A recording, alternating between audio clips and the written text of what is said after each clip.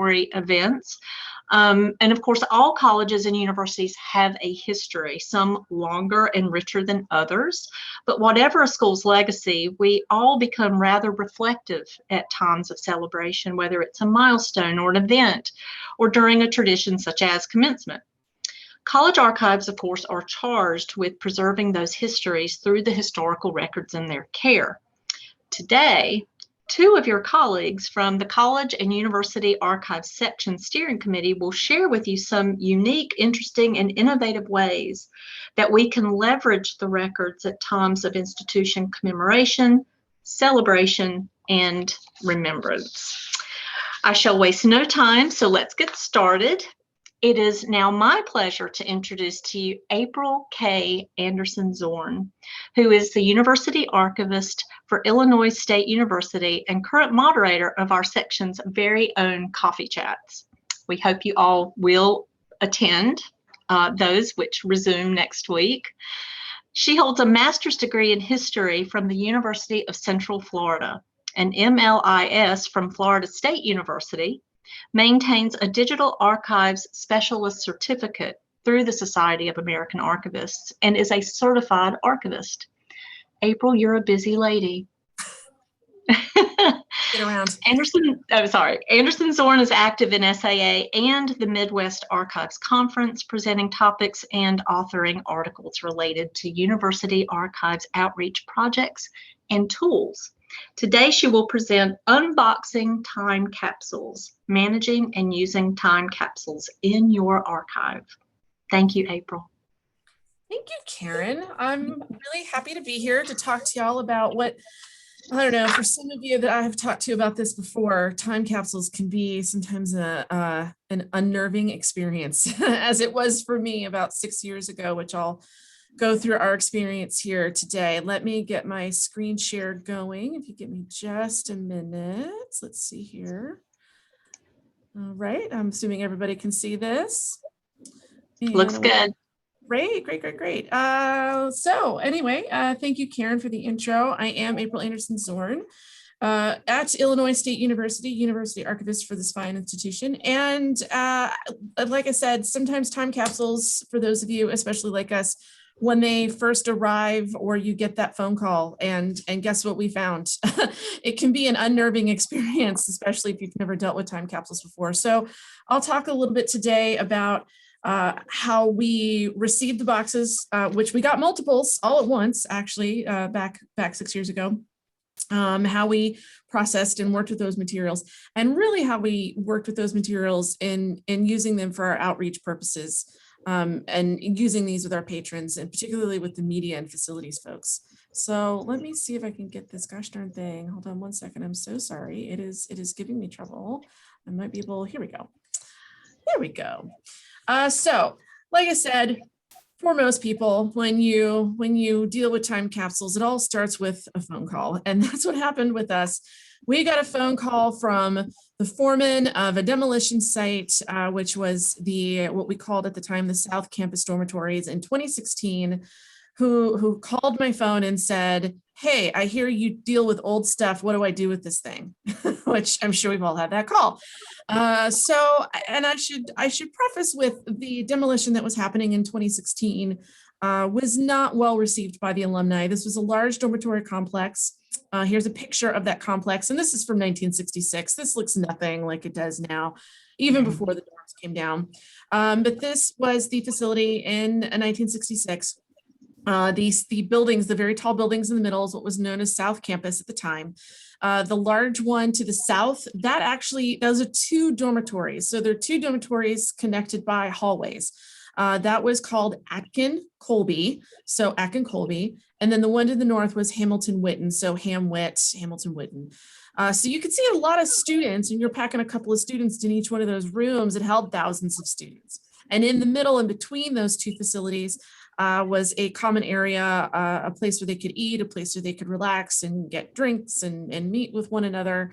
So really sort of a very cohesive and together community unit where these students would gather. So it was no surprise that when the university announced in 2015 that it was going to cost millions of dollars to renovate the spaces, just to bring them up to code, it was no surprise that they were coming down and that the students who used to live in those facilities were upset. The alumni were upset that they were coming down and the university wasn't spending the money to renovate them. So there was already some negative press about that at the time.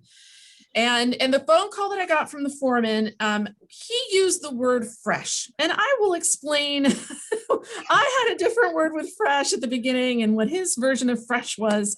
But for us, we had not worked with a fresh time capsule, which is to say we had not received a time capsule fresh out of its cornerstone or fresh out of its wall or ground or wherever.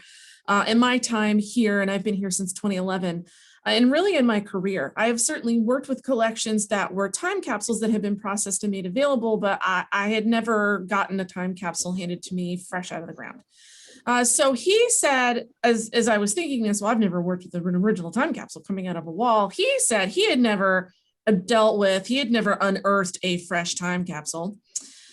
So as we're talking through on the phone, word started to get out through social media that this time capsule had been unearthed, had been discovered. So even before I hung up the phone with the foreman, we were getting phone calls from the local media, from local television stations, local news radio, local print. Can we see this? Can we get photos? Can we? So I was already being overwhelmed with media requests to see this capsule that we hadn't even gotten in hand yet. And we were getting phone calls from alumni who lived in that South Campus building that had yet to be demolished, that a second time capsule would be discovered because they were there when that one was installed 3 years after the first one was installed in the North building. So here we are waiting on the first one, anticipating a second one. Oh my gosh, how do we even deal with these things? And we were getting inundated with phone calls from the media. So when the first capsule eventually got to us a few hours after that call from the foreman, we noticed that the seal around the box that was holding the lid on, this was a metal box with a welded seal, and for you metal workers, it was a TIG weld. Around it, the seal had been broken a little bit. You could see cracks in the seal and some portions were missing. And we knew we had a problem because the metal box felt heavier than it should have. And that fresh, let's go back to that word fresh. It was ripe. You could just start to smell what I described as a rotten wine smell coming off the box. Here is me. Here I am outside of my facility. I work in a warehouse 3 miles north of the campus. We did get the top off, and you can kind of see the box off to the left. It was a metal box, roughly about 15 to 16 inches wide, about 5 or so inches deep, and about, say, 7 or so inches tall, that had all of these documents in it, and they were soaking wet, as if they had been sitting in water and dunked in water.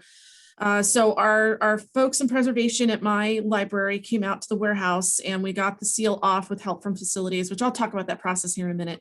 And we were able to pull these materials out and get them out on that doesn't look like it, but it was actually a bright sunny day. While we prepped a space inside the facility for these to dry further, this is how we dealt with them in that outset. A lot of these materials were stuck together. A lot of these materials were where they had been in the elements for 50 years and that seal had broken at some point in its time. And a lot of these materials were stuck together. But this was our sort of emergency, well, we need to get these out and start to dry them out immediately. There was no mold, surprisingly. I have a mold allergy. I'm like the canary in the cave, and I did not react to it, just reacted to the rotten wine smell that was coming off this thing. This newspaper was about 3 days later. They came out and took photos. The thing that I'm holding in this photo was still wet. It had not dried out. This is how quickly the media was showing up and wanting access to these materials. And we were letting that happen because the communications folks here on campus were also encouraging this, because they were trying to turn the story of the dormitory being torn down and a sad story into a positive one. So this is the front page of our local paper, The Pantograph, and the headline reads, "Demolition Unearths Past." And so they were really pushing this, hey, we found a time capsule, isn't this fun? Which, and we'll, again, a little later, we'll talk about this, time capsules are fun. This changes the narrative, which this was the start and the change to that narrative that was happening at the time. So just a quick kind of backing up the train in the station for a second, let's briefly talk about time capsules and where they come from and a brief history of time capsules. I did write an article about this for American Archivist a couple of years ago, well, actually about a year and a half ago, and I go into a little bit of history of time capsules and where they come from. The first iteration of the idea of a time capsule encasement comes from the 1876 World's Fair at the Philly World's Fair. Historian Nick Yablon talks about a time vessel, that the first iteration of what we know as what will potentially become time capsules that we know today came from a company called the Marvin Safe Company, and they created something called the Century Safe, and it was marketed as this thing called a time vessel. Essentially, you had a lot of money to spend on this case. You bought the case, you put stuff in this velvet lined case with a glass cover or a glass door, you locked it and you locked it forever. So you could look in on your precious stuff and know your precious stuff is in this safe and that it's kept for all time. Of course, Nick argues that this is a very bourgeois, curated type of collecting, and this is only collecting for a rich family or the elite, as it were. And this isn't true time capsule encapsulation of community history. Of course, he's not wrong. So is this truly a time capsule? Probably not, but this is where we start to get this idea for encapsulating our important things.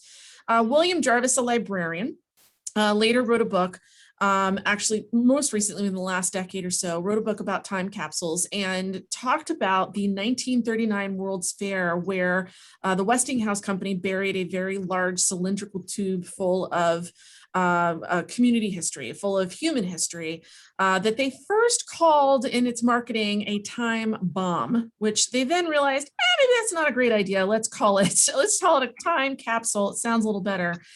And the reverence that they were making, the show that they were making of this thing as it was being buried during the World's Fair, you heard over the speaker, the announcer say, "Now it begins its long journey through time," and men are taking off their hats and women are bowing, and it's a very reverent, very revered, sort of solemn event as they're burying this capsule.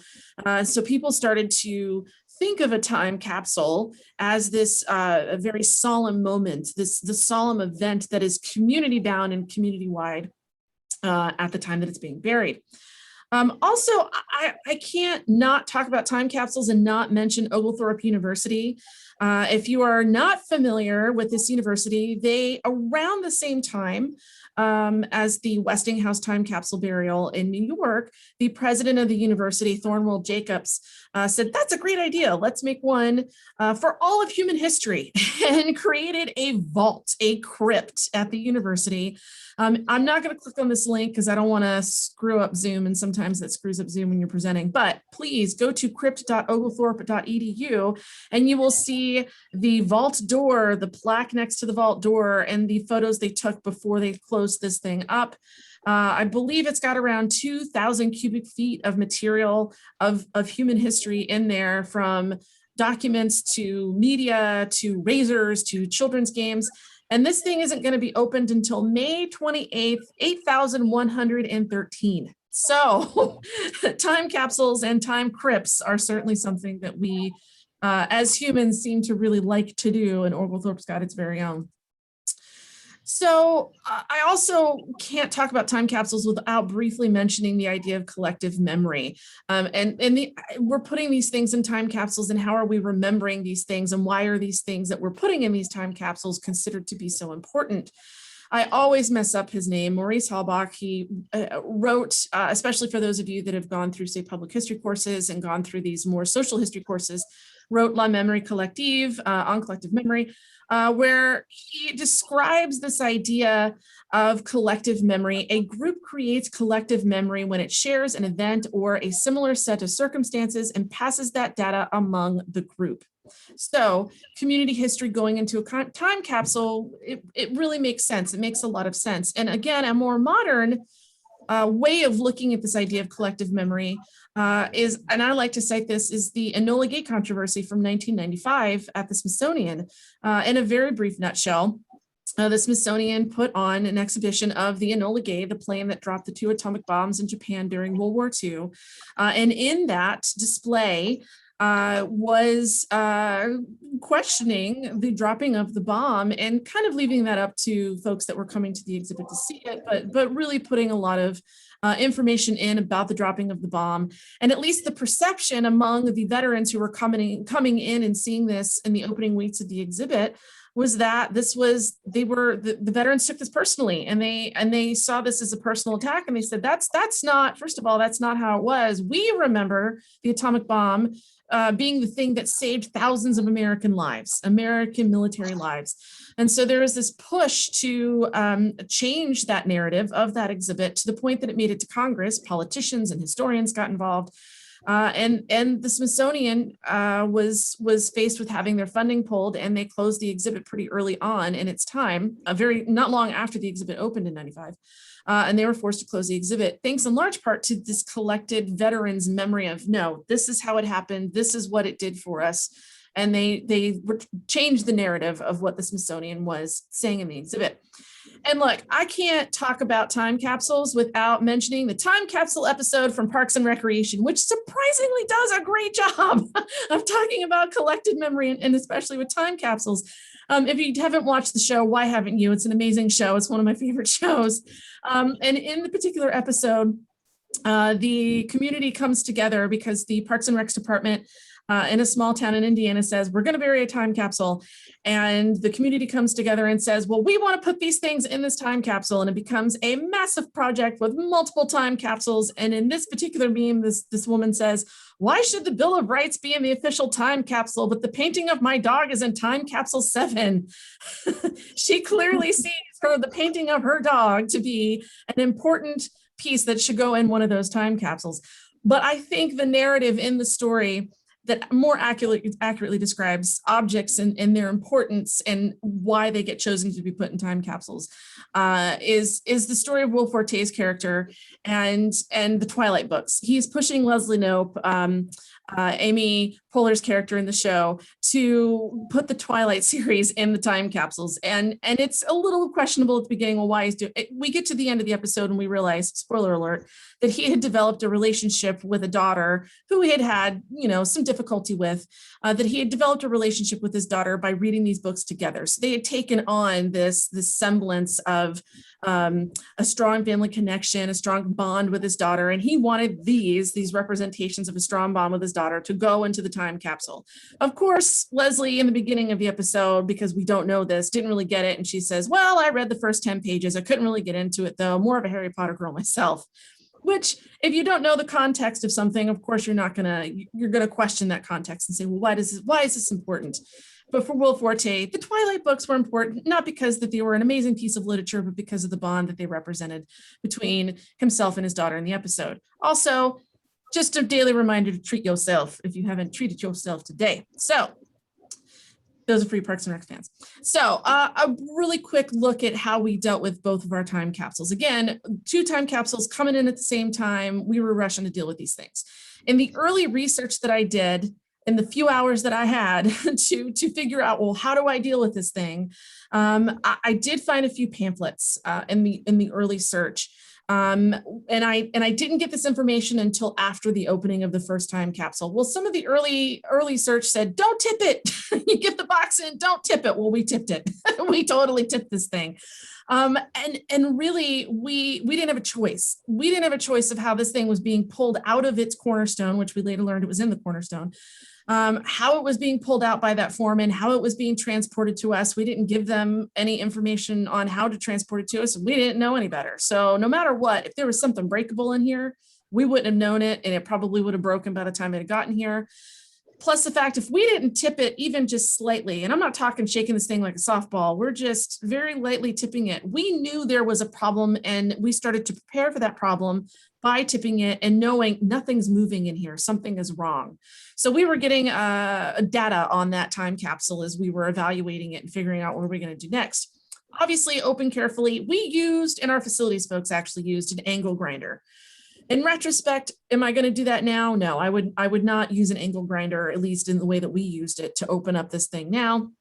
But honestly, at the time, that the way that they used the angle grinder, any sparks that would have gotten in there, the material was wet, so it didn't do any damage to the material. But we used an angle grinder at the time just because we didn't know any better. We certainly have changed that practice now. Obviously, we inventoried everything as it came out of that box. And also because the materials were so damaged, a lot of the material was so damaged, we had to pitch some of it. There was no keeping it. There was no salvaging it. It was way beyond usability, readability, everything. What we ended up doing was the material that we ended up having to pitch. It thankfully was all stuff we had representative copies of. There were catalogs, they were student newspapers. We could write next to that item on the inventory, had to pitch it. This is where it is in our collection for a representative copy. Luckily, everything that we didn't have a representative copy of, we were able to keep with that collection. So then a few weeks later, the second time Capsule was in fact unearthed. We were able to make a bigger deal of it and take photos and video of it coming out of its cornerstone. And we're better prepared for it when it did arrive in our facility. So again, we tipped it because we knew from the first time that when we got it, there was a problem. So we were able this time to say, all right, this is how you take it out of the cornerstone. This is how you transport it to us. We get it. Oh, there's some things moving. I think we're okay. And we were able to better evaluate how we were going to go through the practice of opening it next. Again, open it carefully. This time we scraped off the seal. They were able to come in and scrape the seal off and use, and they still used an angle grinder, but used it in a different way to get that thing off that was both safe for the materials and safe for everybody else. My woodworking husband would say an angle grinder is not safe for anybody, but you know, but that's what we used. And in this case, we did inventory and keep all the materials in the case. So the lesson here is develop your best practices for working with the capsules that you know, and you can know, and I'll talk about that in a second, that you will know that's going to eventually at some point in the next 5, 10, 15, 20 years, somehow get to your facility. Have a series of best practices available. And every time capsule will be different. You could say, sure, I'm going to have plastic set out and I'm going to have all these supplies ready to go. You may not need them, or you may need other materials that you didn't expect when you pulled things out. Just be prepared, have a best practice list, but know that you're probably going to have to be writing by the seat of your pants as you're opening these things up a little bit. So how do we use these in outreach? Long-term exhibits is one of the ways we use our materials in outreach. We put them in closed cases. We have tight narrative control and a wide range of demographic outreach. What I mean by that is that we put these on display in exhibit cases in our main library or in facilities around our community. Closed cases, they're locked, the materials are in there, but we have narrative control over how these items are being used in the story we're trying to tell. So are we talking about our university's first president? Are we talking about the building? Hey, did you know we had a time capsule that was in the footprint of this building? And then go from there. We don't have to always just use that and talk about a time capsule. It's just a means to an end of talking about that story. We also, with those, of course, get a wide range of demographic outreach. Anybody and everybody can come see these exhibits. It doesn't necessarily have to just be a particular group of people.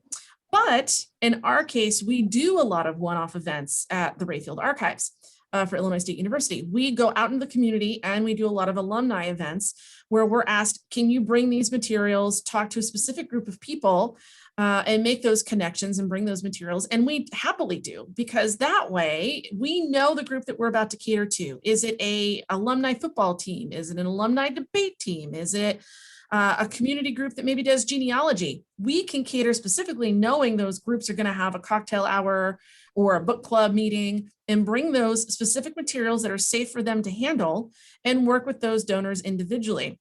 We get that one-on-one unique experience. And with those time capsules, one of the capsules, in fact, the one that was waterlogged, had a waterlogged toy dog. It stinks to high heaven, but we've been able to dry it out. And it's actually kind of a fun tool because I can take those to an event. And the first thing that you experience is not the look of it, it's the smell of it. And we can have that longer conversation about, this is what happens when environment gets into your materials. Oh, you went to this dance? Oh, I didn't know. Well, let's talk about that. So you can open up those conversations with those donors.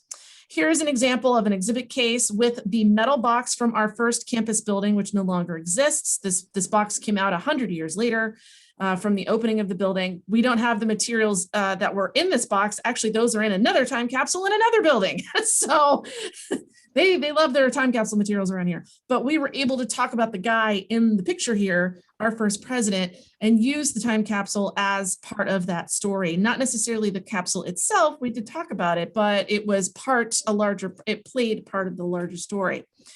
This is one of the many outreach events that we do. This is a table in Crystal Gardens at the Navy Pier in Chicago. We had several little groups of tables set up at this event space, and this was for war veterans, for alumni war veterans. This is a tablet with movable materials on it that we scanned. They could go and move those materials around. But we also have some other items that they can safely handle and experience at this historic event.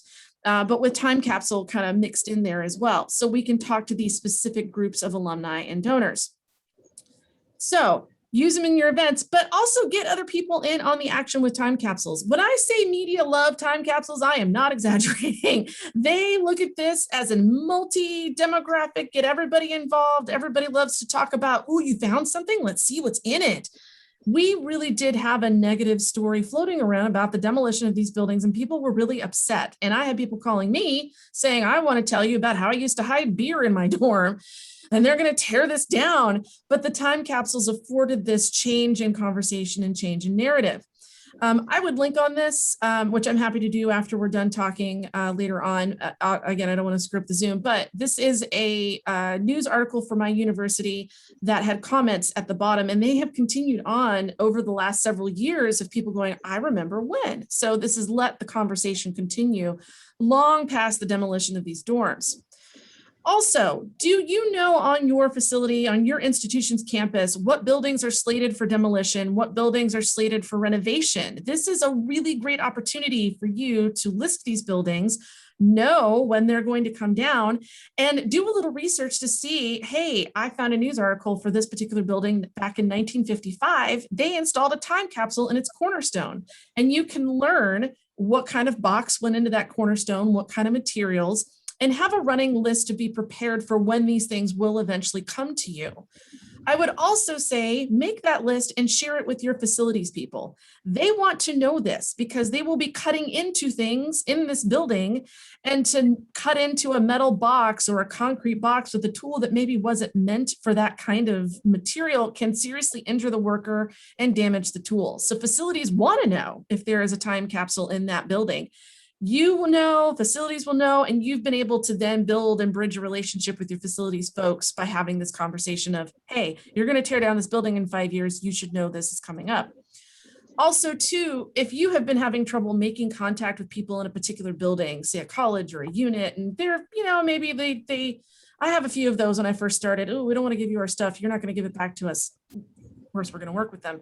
But to go in and say, hey, this building that you work in, did you know there was a time capsule that was put into the fireplace many, many years ago, and it's in there and it's going to come out in, say, 20 years?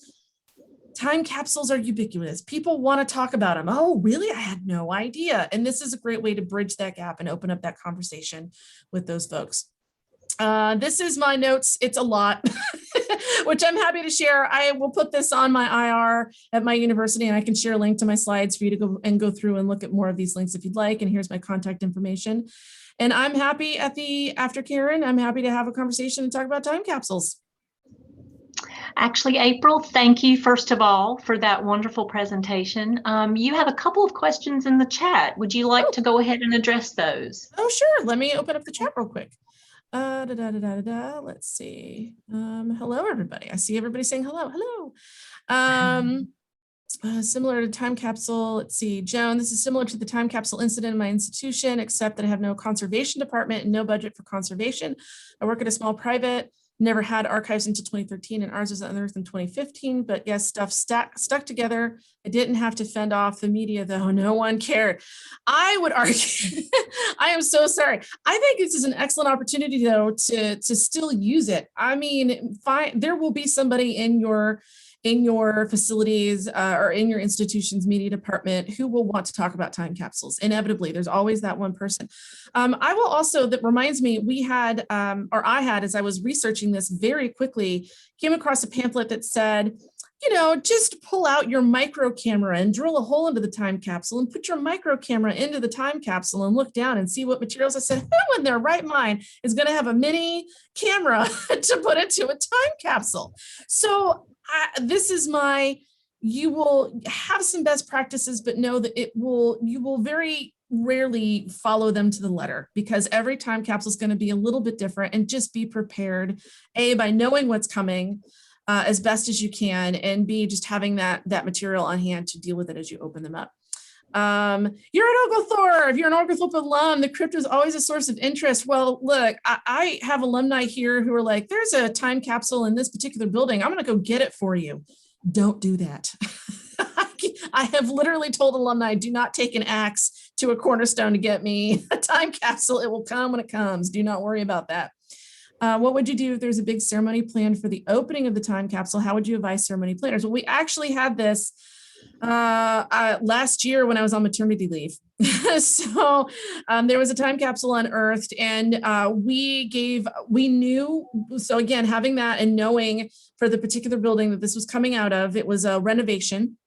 We knew what was going to come out.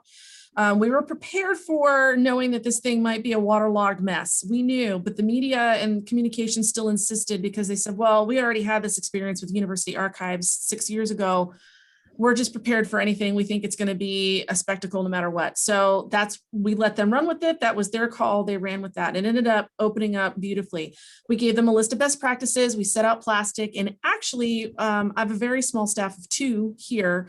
One of our staff members went and was present for the opening of the time capsule and was able to then quickly move it into acid-free folders, acid-free boxes, and get it back here after all of the media glitz had gone down. So we worked with marketing communications and with the folks in that particular building on how we were going to open this thing.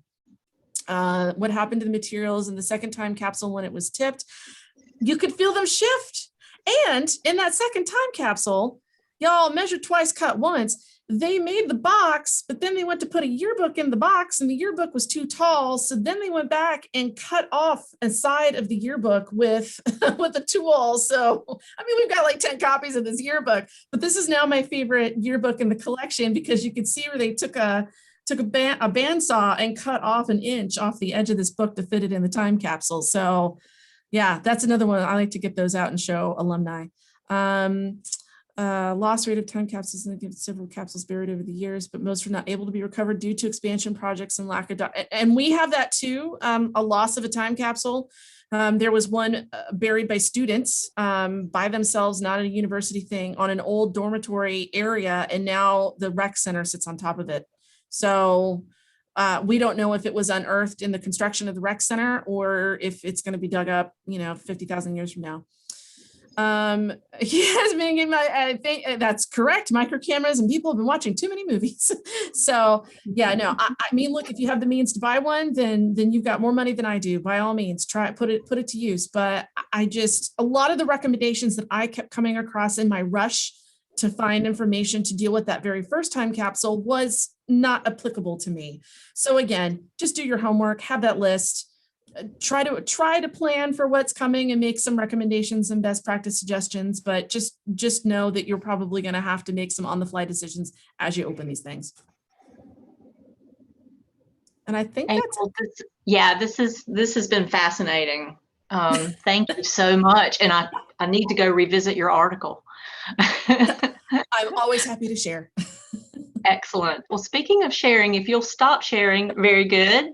I will segue to my portion of this webinar, and I will share my screen. Let's see. Okay, and I will get to my presentation. And April, can you see it? I can. You're good to go. Awesome. Well, thank you again, April. And in fact, FIT is supposed to have a time capsule associated with our main building, the Feldman Center, but no one seems to know where it is or if it even exists. But I saw language in our Board of Trustee meeting minutes that alluded to the time capsule. So I am constantly on the search. So I'll keep you posted. So hi again, everyone. I'm Karen Trivette. I am the head of special collections and university archives at the Fashion Institute of Technology here in New York City. What I'd like to share with you is some of my experiences as others on the FIT campus and I planned for the college's 75th anniversary, which was officially in September of 2019. I'd like to address certain challenges we faced, pivots we had to make, and lessons we learned along the way through the lens of various deliverables, including a monograph we had planned for the commemoration, timeline panels, publicity materials, and outreach endeavors.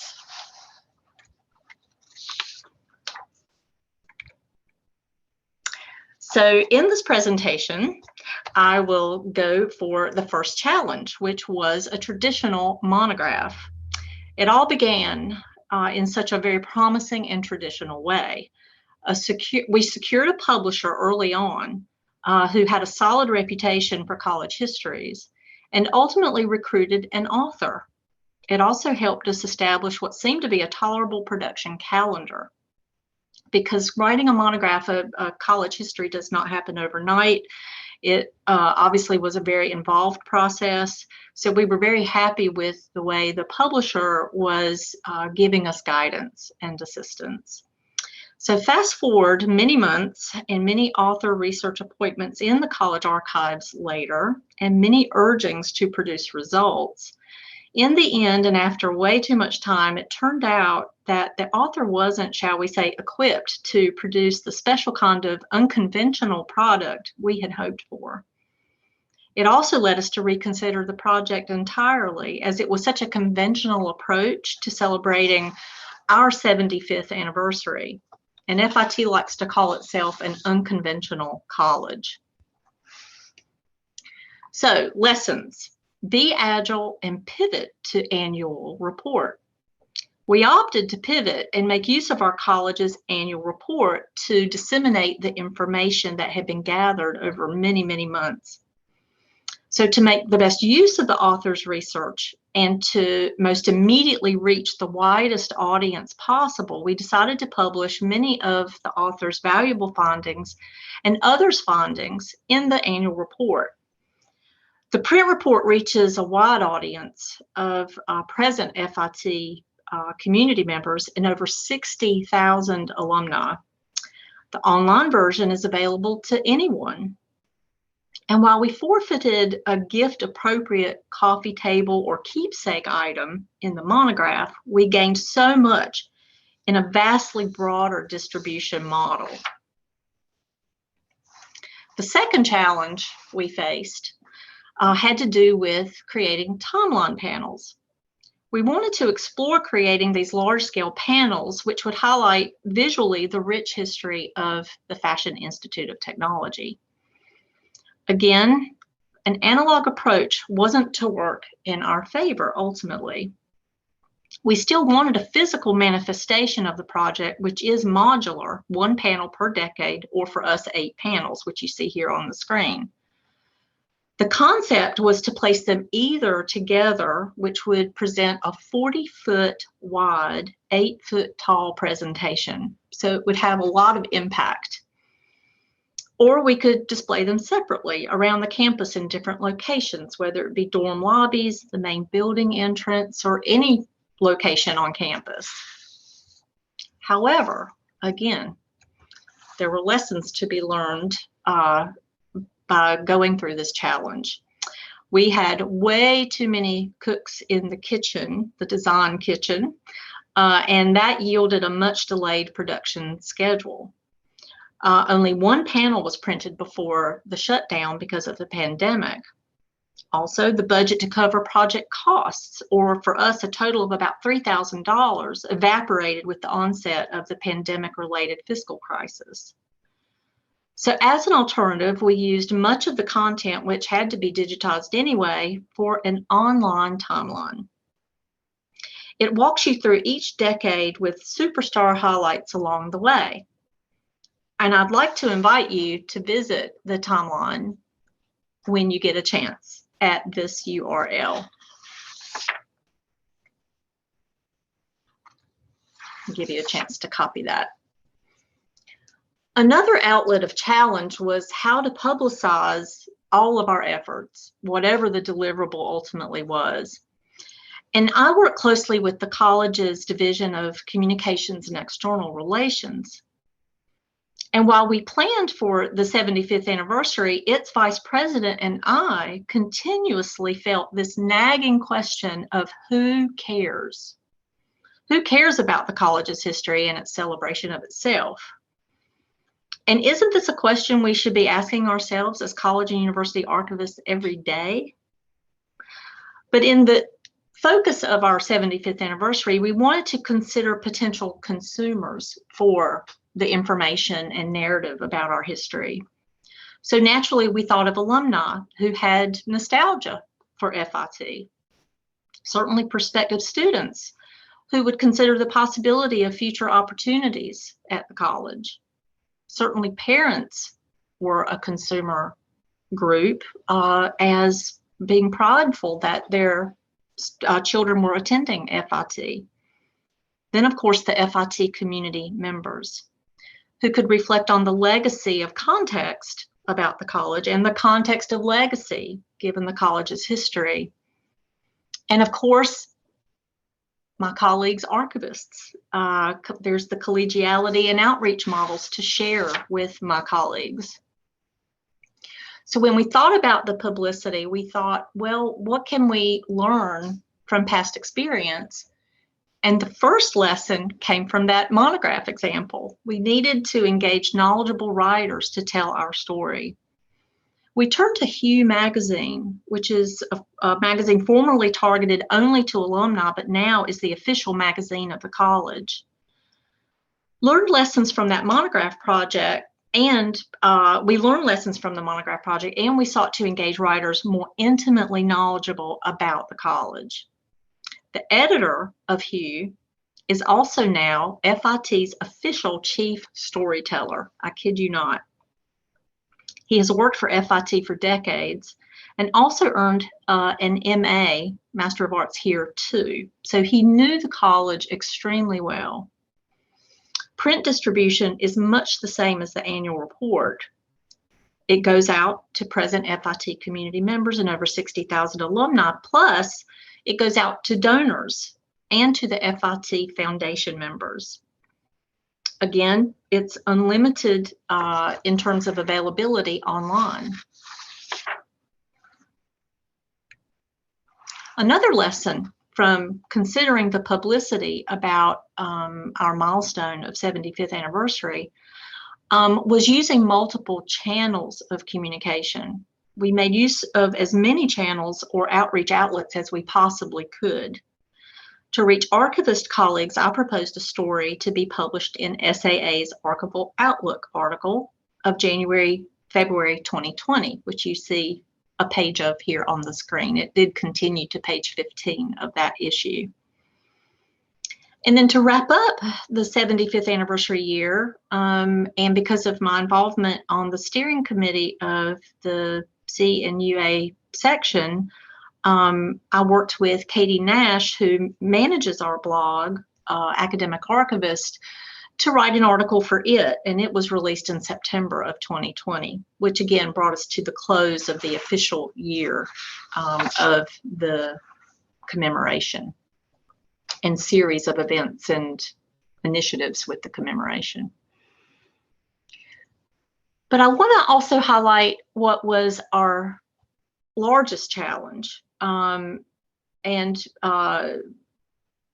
The true highlight of the anniversary year was to have been a grand physical exhibition commemorating one of FIT's founders, who was also an early conduit for the college to fashion industry leaders who gave us our start funding for the college back in 1944, and college financial supporters.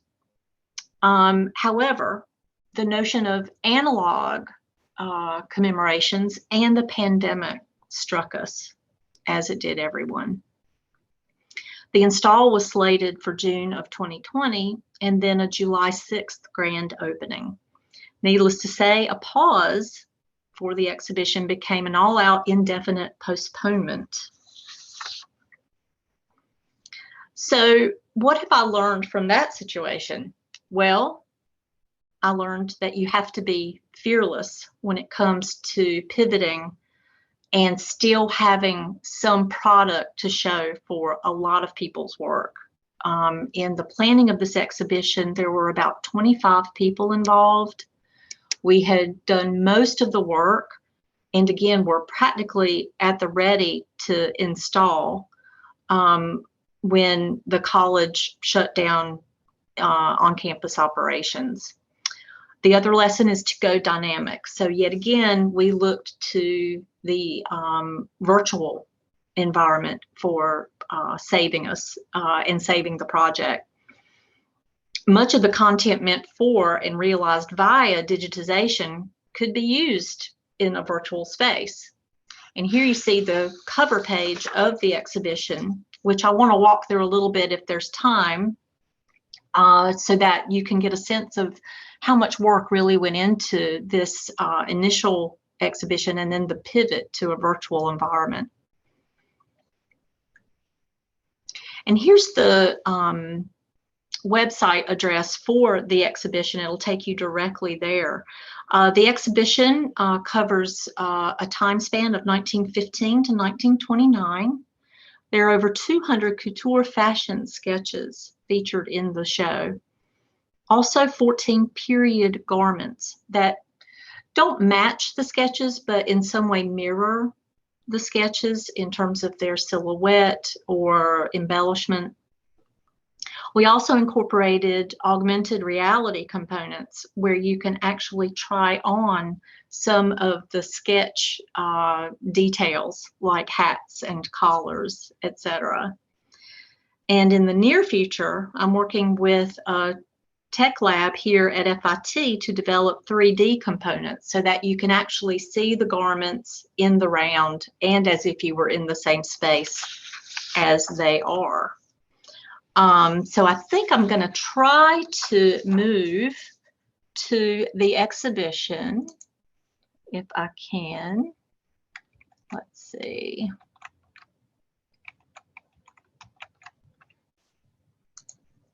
And do you see the front page of the exhibition, April?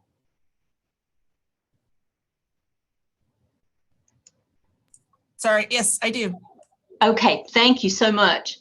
So a lot of the work behind what you will experience as we walk through is the work of my colleague, librarian, faculty member, Joseph Anderson. He is our digital initiatives librarian.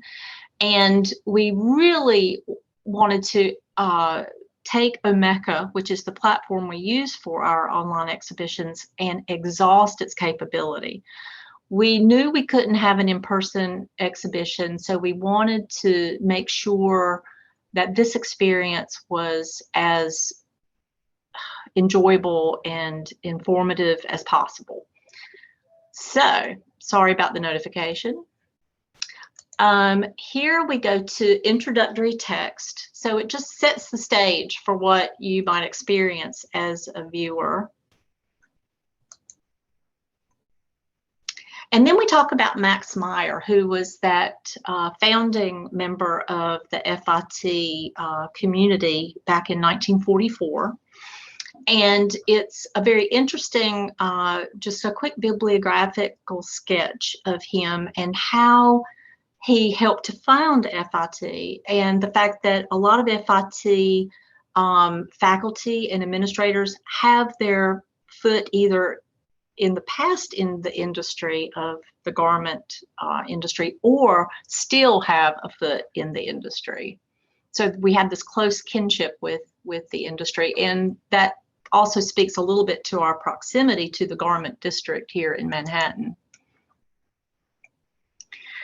So here you see the 200 sketches from the Abraham Bellerin Company sketch collection.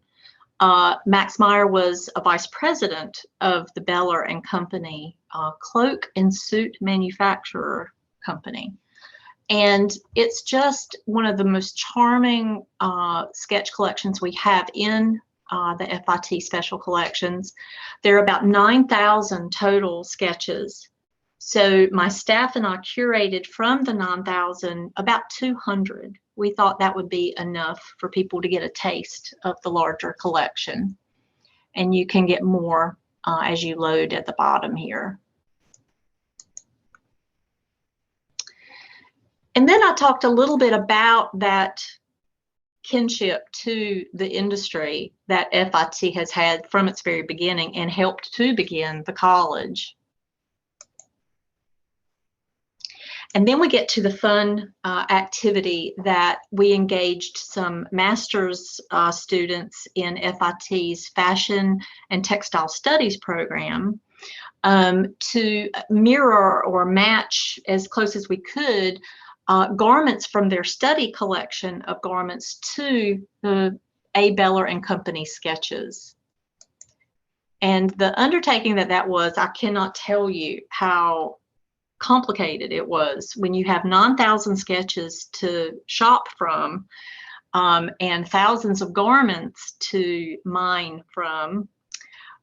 We were very lucky in that the time frame, the 1915 to 1929 time frame, gave us a bit of a funnel for the garment selection. And then the garments told us what sketches mattered to that particular garment.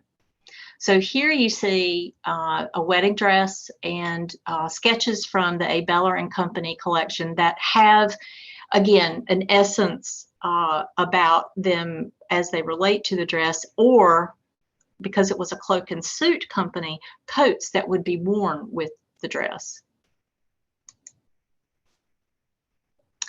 And again, there are 14 garments, and you get the same essence, one garment to the next. You can actually click on each of these sketches and the garment and enlarge. I'm not sure what this will do to my connection, but there you have it. And you can zoom in quite significantly.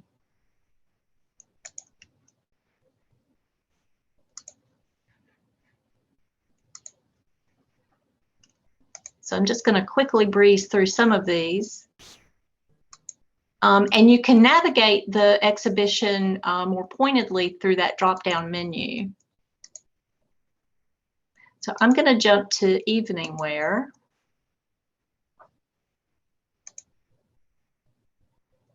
And this was the star piece of the show. This is a coat from sometime mid-1920s. We don't know the actual maker, but it was going to be our centerpiece garment. And we sort of still respect that decision a little later in this online show, which we will get to very soon. Here's another garment. We offer a conservation overview in that we asked the students not only to select the garments for the show, but to put them through the steps that it would bring the garment to a safe place for true exhibition in real terms. So we got a blurb about that from the students. And then here's what's kind of exciting. I'm going to keep forwarding. First, we have an episode of a podcast my husband and I started in 2018 called An Archivist's Tale. And we have a fashion scholar, Dr. Lourdes Font, actually talking quite at length, about an hour and 20 minutes, about Max Meyer and his relationship to FIT, with her experience in the archives working with this particular Bellerin sketch collection, and the scholarship that has been born out of her work with the archival collection. The other person you see on the screen is Alex Joseph, who wrote that Hugh article for us and was is the chief storyteller for the college. Now here's the fitting room. This is where you can, with a program called Zapper, you can actually click on the QR code and try on any one of these sketches, the details, like again, the hat and the collar. I don't know what it will do to our Zoom connection, so I'm not going to try that now, but I'll just invite you to give it a test run. It's a lot of fun. And it's so a joy to have it be part of the online exhibition, because we actually had planned in the physical space for an exhibition to have a large-scale monitor with this opportunity for people visiting the show could actually engage in. We also held a panel discussion, as you can see, called Drawing Upon Inequities. And essentially, it was a focus group looking at how they've, as fashion illustrators of color, have coped with and moving past the inequities in the field of fashion illustration, being of a minority status. And this is that garment that I pointed out earlier that was to be our centerpiece garment. The woman who did all of the conservation work on that coat walked us through her decision-making process with the garment as to demonstrate some of what she was telling us. And it was just fascinating. I mean, I don't know much about conservation of garments at all, but I felt so informed after her recording with us and walking us through the processes that she went through to bring the coat again to a safe place for true exhibition. And then we just walked through a little bit about each of the contributing departments to the show. And here are photographs of all the garments that were used in the program with detail shots included. And then again, more contribution points. And probably the most important slide is the credit slide. So this shows you all the people who were involved. I love the fact that we had the library with the Fashion and Textile Studies program, a graduate program here, and the visual presentation and exhibition design major department was also heavily depended upon for their expertise and fresh ideas. Again, it was more for the planning of the physical exhibition, but I will, I guess, leave you with a teaser. I am in May to take up the topic again with planners, exhibition planners, to finally install the show and bring us all the way back to a place of commemoration and celebration and paying homage to the college's history. And with that, I will see, are there any questions in the chat? Oh, for the online timeline, we actually have used a number of platforms. To be honest with you, sitting here, the last one, I can't recall sitting here what that was. There was so much back and forth, and this was about a year and a half ago. But if you email me, which I'll share with you my email address, you are more than welcome to open up a conversation with me, and I'll get that information to you.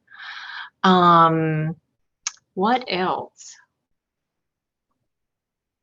Let's see. I think it was questions about the platforms you were using, both. Oh, yeah, for I think both the exhibition and the timeline. Yeah, the platform for the exhibition is Omeka, and we have been using that for years. And so again, we were very pleased with what it had demonstrated to us as users, consumers, back-end planners, and really felt like we could push its limits, and it did not disappoint.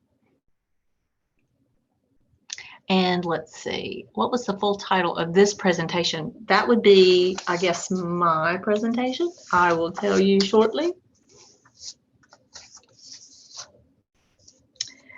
Begins with the word pandemic, funny enough. Pandemic pivots and lessons learned, leveraging the college archives for celebrations today and tomorrow. And I think Omeka was considered for a timeline project, but ultimately, if memory serves, the timeline was taken over by the Communications and External Relations Division because it was really meant to be a larger message delivery mechanism for the college. So they actually took that project over, so to speak. But again, I'm going to put my email address in the chat.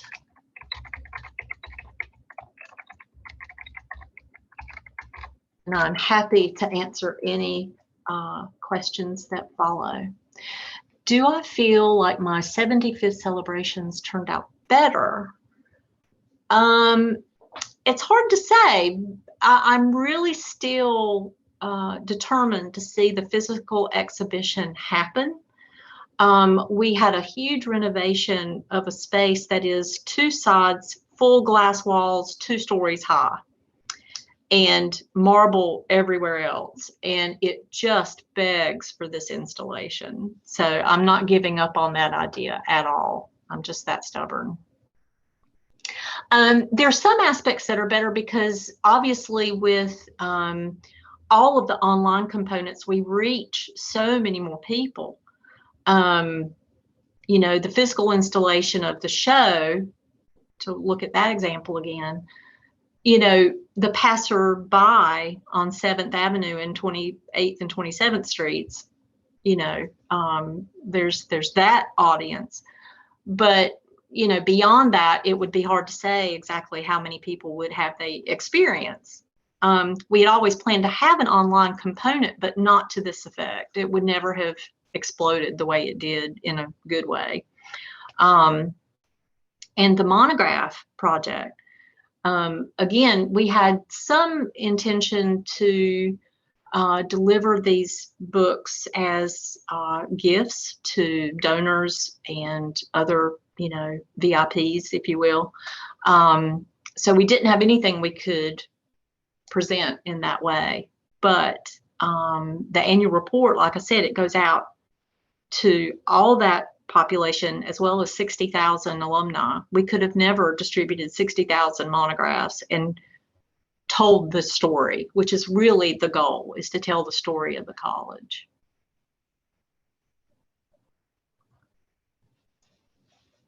But we have time for some more questions. Hey, Karen, Yes, Matthew was ma'am. asking if you could put the title to your presentation in the chat as well. Absolutely.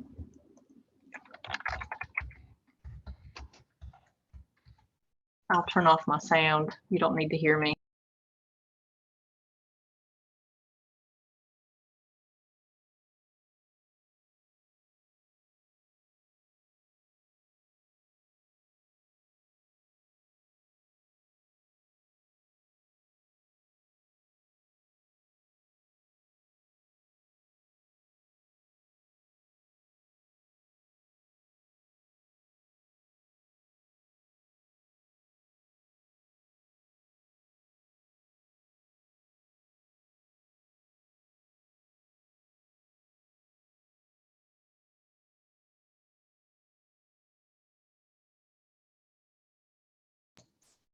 I hope that helps. Angel just put in the chat also, and this is a great reminder, that CNUA is doing this as a webinar series through the spring. So there will be another webinar in May. So please click on the link that she provided. In May, the title is Archiving Student Life on Campus, and that happens on May 5th at 1 p.m. Eastern. And the 3 speakers are amazing. I'll let you go to the link so you can discover for yourself, but I think it's going to be a really great session that just follows up on a lot of what we've been talking about this spring. So by all means, please. Oh, thank you, Matthew. Well, if there are no other questions, as I have said in other forums, I will not hold us all hostage. I just want to thank my colleague, April, again, for her wonderful contribution and support for today's webinar. And certainly get in touch if you have any follow-up questions for either of us. And April, are we having a coffee chat on Wednesday coming up? I believe while we're still here, let me check my calendar. We are, and I think it's going to be your standard old, we're all getting together. I don't think we're merging with anybody this time. So we'll be there Wednesday, same bat time, same bat channel. Awesome. So everyone, thank you for your attendance and your attention, and we look forward to future encounters with you. And we will bid you farewell.